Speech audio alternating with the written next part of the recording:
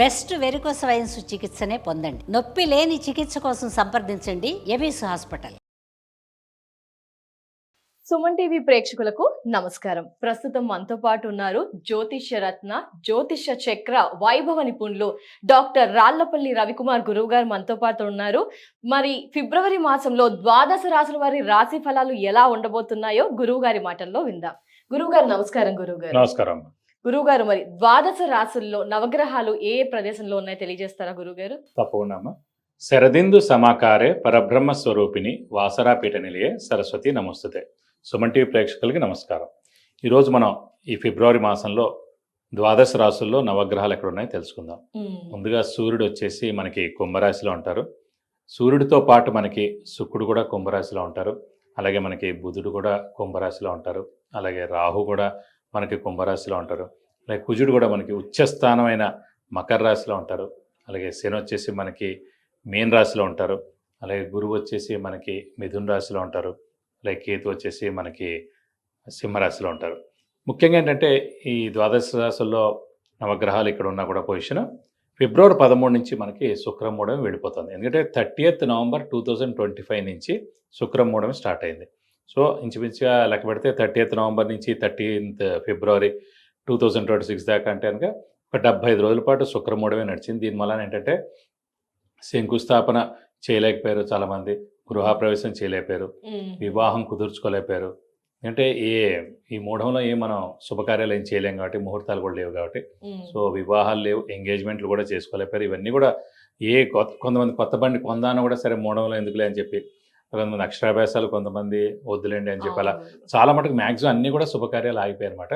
So దీని మూలాన్ని పురోహితులు కానీ, వంట బ్రాహ్మణులకు కానీ, లేకపోతే ఫంక్షన్ హాల్స్ వాళ్ళకి కానీ, ఈ పూల వాళ్ళకి కానీ, ఫోటోగ్రఫీ, మొత్తం అన్ని పరిశ్రమలు, ఒక 20 పరిశ్రమలు ఈ శుభకార్యాలతో ముడిపడి ఉన్న ఒక 20 పరిశ్రమలు అన్నీ కూడా స్తబ్దుగా అయిపోయాయి అనమాట 75 రోజుల పాటు. సో వాళ్ళందరూ కూడా అంటే మెయిన్గా మనకి 13 ఫిబ్రవరి 2020 నుంచి శుక్రమూఢం వెళ్ళిపోతుంది కాబట్టి, సో మనకి వివాహం విషయం కానివ్వండి, అలాగే ఉపనయన విషయం కానివ్వండి, అసలు ఎంగేజ్మెంట్ కానివ్వండి, అలాగే గృహప్రవేశం, వివాహం అన్నీ కూడా మనకి ముహూర్తాలు ఉంటాయి అన్నమాట 30th ఫిబ్రవరి నుంచి. సో ఇవ్వండి నవగ్రహాలు ద్వాదశ రాశిలో ఈ స్థానాల్లో ఉన్నాయి. గురువు గారు, మరి ఫిబ్రవరి మాసంలో కర్కాటక రాశి వారికి ఎలా ఉండబోతుందో తెలియజేస్తారా గురువు గారు? తప్పకుండా అమ్మా. కర్కాటక రాశి అనగానే మనకి పునర్వసు 4వ పాదం, పుష్యమి 1, 2, 3, 4 పాదాలు, ఆశ్లేష 1, 2, 3, 4 పాదాలు, ఈ నక్షత్రాల సమూహం అంతా మనకి కర్కాటక రాశిలోకి వస్తుంది. కర్కాటక రాశి అనగానే మనకి ప్రస్తుతం గురువు వ్యయ స్థానంలో ఉండడం, సో ఖర్చు స్థానంలో ఉన్నాడు. సాధారణంగా ఏ గ్రహం అంటే పాపగ్రహాలైన రవి, కుజ, శని, రాహు, కేతులు సాధారణంగా పాపులు.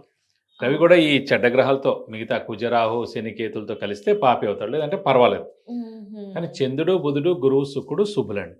సో చంద్రుడు, బుధుడు, గురువు, శుక్రుడు ఈ నలుగురిలో ఎవరైనా సరే వ్యయస్థానంలో ఉంటే కనుక మంచి ఖర్చులు చేస్తారు. ఆ లగ్నం నుంచి మన జాతకంలో చూసుకున్నాం. పాపగ్రహాలైన కుజుడు, శని, రాహు, కేతు కనుక వ్యయస్థానంలో ఉంటే లగ్నం నుంచి ఒకళ్ళు కానీ, ఇద్దరు కానీ, ముగ్గురు కానీ ఉంటే కనుక చెడు ఖర్చులకు ఎక్కువ ఖర్చు పెడతారు, అక్కలేని ఖర్చులు ఎక్కువ పెడతారు, అలవాట్లు ఎక్కువ ఖర్చు పెడతారు, అలా ఉంటారు అనమాట. అనవసరమైన ఖర్చులు ఎక్కువ ఉంటాయి. సో ఇక్కడ కర్కాటక రాశికి ఏంటంటే వ్యయస్థానంలో గురువు ఉన్నాడు. సో మంచి ఖర్చులు, ఎవరో పాపం పెళ్లి చేసుకుంటారు కొంచెం అమౌంట్, ఎవరో బీదవాళ్ళు ఉన్నారు వాళ్ళకి ఏదో కావాలి, ఎవరో ఉద్యోగ ప్రయత్నాలు చేస్తారు, మ్యాక్సిమం మంచి. గురువు ఉన్నాడు కాబట్టి, శుభుడు ఉన్నాడు కాబట్టి, మెయిన్ దైవబలానికి సంబంధించిన గ్రహం ఉన్నాడు కాబట్టి దైవానికి కానివ్వండి, ఇలాంటి మంచి పనులు కానివ్వండి, అయినా వివాహ విషయాన్ని వీటి కాదు. సో అలా అనవసరమైన ఖర్చులు ఏం కాకపోయినా ఖర్చులు మటుకు ఎక్కువగా ఉంటాయి. ఎందుకంటే గురువు ధనకారకుడు కూడా కాబట్టి, ధనకారకుడు వ్యయ స్థానంలో ఉన్నాడు, ఖర్చు స్థానంలో. ధనమే మెయిన్, వాడే ఖర్చు స్థానంలో అంటే ఏంటి అంటే మనకి 100 రూపాయలు వస్తానుగా 150, 175 రూపాయలు ఖర్చు అయిపోతుంటుంది. సో అలా ఉంటుంది ఎక్కువగా వెళ్ళి. ఇది కాకుండా భాగ్యస్థానంలో శని ఉన్నాడు, అది కాస్త పర్వాలేదు.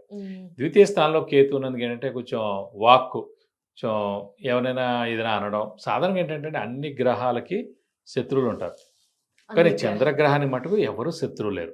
సో కర్కాటక రాశికి అధిపతి చంద్రుడు. చంద్రుడు అంటే రాములు వారిది అనమాట. సో పునర్వసు నక్షత్రం రాములు వారిది. సో అలా స్టాంప్ కింద ఉండిపోయింది కాబట్టి కర్కాటక రాశి వారికి ఎవరు శత్రువులు ఉండరు సాధారణంగా. అయినా కూడా వాక్ స్థానంలో కేతు ఉన్నందుకు మనం ఏ అనకపోయినా కూడా వాళ్ళు ఏదో అన్నారని చెప్పి ఒక చిన్న నెపం మన మీద మోపేందుకు అవకాశాలు ఉన్నాయి, నిందలు పడేందుకు అవకాశం ఉన్నాయి. కాబట్టి మనం కొంచెం మౌనంగా ఉంటే మంచిది ఈ 2-3 నెలలు. అలాగే అష్టమ స్థానంలో రాహు ఉన్నాడు. అష్టమ స్థానం ఏంటంటే సాధారణంగా ఆయుష్ స్థానం, యాక్సిడెంట్ స్థానం, అలాగే డిలేస్కి వాటికి స్థానం అన్నమాట. సో మనం కొంచెం వెహికల్ డ్రైవింగ్ జాగ్రత్తగా చేయాలి. ఎందుకంటే వెహికల్ డ్రైవింగ్ స్పీడ్గా చేస్తానికి యాక్సిడెంట్ జరిగేందుకు అవకాశం ఉంది. కాబట్టి మనం జాగ్రత్తగా చేయాలి. ఇది కాకుండా మెయిన్గా దయబలం తక్కువగా ఉన్న, హార్డ్ వర్క్ బాగా ఉన్న, స్మార్ట్ వర్క్ బాగా ఉన్నా కూడా అదృష్టం కూడా చూడాలి. సో అదృష్టకారకుడైన కర్కాటక రాశికి పంచమ దశమాధిపతి యోగకారకుడు, అదృష్టకారకుడు, లక్ ఫేవర్ చేసే గ్రహమైన కుజుడు ఉచ్చ స్థానంలో ఉన్నాడు. కాబట్టి మనకి ఫిబ్రవరి 1/3 దాకా ఇంచుమించుగా అదృష్టం అనేది పరిపూర్ణం కాదు. కాబట్టి మీరు స్మార్ట్ వర్క్ చేయండి, హార్డ్ వర్క్ చేయండి. దయబలం తక్కువగా ఉన్నా కూడా ఖచ్చితంగా మీకు అదృష్టం కలిసి వస్తుంది. సో అందులో అయితే మనం చూసుకోగలదు. బట్ కొంచెం వెహికల్ డ్రైవింగ్ మటుకు జాగ్రత్తగా చూడాలి. లేదంటే కనుక బాగా దూరాలు వెళ్తే మటుకు డ్రైవర్ని పెట్టుకోవడం ఉత్తమం. మన వెహికల్ ఎవరికైనా ఇచ్చినా కూడా మన వెహికల్కైనా యాక్సిడెంట్ అవ్వచ్చు. గుర్తుపెట్టండి, మనకి యాక్సిడెంట్ అవ్వాలని లేదు. వెహికల్ పేరు మన పేరు ఉంటుంది కాబట్టి వెహికల్ మీద దానికి యాక్సిడెంట్ జరగచ్చు. మెల్లగా నడపండి, సరిపోతుంది. ఆరోగ్యం ఎలా ఉంటుంది గురువుగారు కర్కాటక రాశి వారికి? మరి ఆరోగ్య విషయంలో ఏం ప్రాబ్లం, ఎందుకంటే మెయిన్గా కుజుడు ఉచ్చస్థానంలో ఉన్నాడు కాబట్టి ఆరోగ్యకారకుడు కాబట్టి అది బాగానే ఉన్నాడు. రవి కూడా మెయిన్గా ఆరోగ్యకారకుడు, అతను బాగానే ఉన్నాడు. అష్టమంలో రాహు ఉన్నందుకే కొంచెం చిన్న చిన్న దెబ్బలు తగలడం అలాంటివి ఉంటాయి కాబట్టి అంత మేజర్ ఏం చూసుకోకలేదు. మెయిన్ కుజుడు అనే గ్రహం ఉచ్చలో ఉన్నాడు కాబట్టి అతను ఇవన్నీ చూసుకుంటాడు. అంటే ఆరోగ్యం బాగానే ఉంటుంది. మరి అదృష్టం బాగుంటే బాగుండు అని అందరూ అనుకుంటారు కదా. మరి ఫిబ్రవరి మాసంలో కర్కాటక రాశి వారికి ఎలా ఉంటుంది అదృష్టపరంగా? అదృష్టం అనేది పరిపూర్ణంగా ఉంటుంది. ఎందుకంటే చెప్పాను, పంచమ దశమాధిపతి యోగకారకుడు, అదృష్టకారకుడు, లక్ ఫేవర్ చేసే గ్రహమైన కుజుడు ఉచ్చ స్థానంలో ఉండడం వలన అదృష్టం పరిపూర్ణంగా ఉంది. అంటే మనం 50% కష్టపడినా కూడా 100% అదృష్టం అనేది ఉందన్నమాట. కాబట్టి కొంచెం మనం టైం వేస్ట్ చేయకూడదు. ఎందుకంటే 45 days ఒక రాశిలో కుజుడు ఉంటాడండి. సో 45 into 12 మంచిగా 490 daysకి ఒక్కసారి 45 days ఉచ్చ స్థానంలోకి వచ్చాడు. సో ఈ 45 days మనం మిస్ చేయకూడదు. అంటే జనవరి 15 నుంచి మంచిగా ఫిబ్రవరి 28 దాకా మనకి కుజుడు ఉచ్చలో ఉంటాడు. కాబట్టి మనం ఈ ఫిబ్రవరి మాసం అస్సలు వేస్ట్ చేయకుండా ఎన్ని రకాలుగా కష్టపడాలో అన్ని మానవ ప్రయత్నాలు అన్ని కూడా చేస్తే అదృష్టం తప్పకుండా వరిస్తుంది. తప్పకుండా. మరి ఇలాంటి పరిహారాలు పాటిస్తే ఇంకా బాగుంటుంది అంటారు కర్కాటక రాశి వారికి? మెయిన్గా అష్టమ స్థానంలో రాహు ఉండడం వల్లనే కొంచెం చిన్న చిన్న దెబ్బలు తగలడం, కొంచెం యాక్సిడెంట్ జరిగేందుకు అవకాశాలు ఉన్నాయని మనం అనుకున్నాం. కాబట్టి సుబ్రహ్మణ్య స్వామిని ఎక్కువగా పూజించాలి. ప్రతిరోజు సుబ్రహ్మణ్య స్వామి అష్టోత్తరం చదువుకుంటే చాలా మంచిది. అలాగే ప్రస్తుతం ప్రతి మంగళవారం ఉపవాసం ఉంటే చాలా మంచిది. ఈ ఏడాదంతా కూడా ఇంకా ఫిక్స్డ్గా పెట్టుకోలేదు. ఎందుకంటే రాహు ఈ ఏడాదంతా కూడా ఇంచుమించుగా అక్కడే ఉంటాడు అష్టమ స్థానంలో. అష్టమ స్థానం చెప్పకండి ఆయుష్ స్థానం, యాక్సిడెంట్ స్థానం, ఆడవాళ్ళకైతే మాంగళ్య స్థానం కూడా మాట. కాబట్టి కొంచెం మనం ప్రతి మంగళవారం ఫిక్స్డ్గా ఉపవాసం పెట్టుకోవడం, సుబ్రహ్మణ్య స్వామి ఆరాధన చేయడం, ప్రతి మంగళవారం ఉపవాసంతో పాటు ఈ ప్రతిరోజు అష్టోత్తరం కూడా చదువుకుంటే చాలా మంచిది. ఇక్కడ స్కందగిరి టెంపుల్ అని ఉంది పద్మారావు నగర్ సికింద్రాబాద్లో. ఇక్కడ హోమం మరియు అభిషేకం సుబ్రహ్మణ్య స్వామికి మన పేరు నక్షత్ర గోత్రంతో ఒకసారి చేయిస్తే చాలా మంచిది.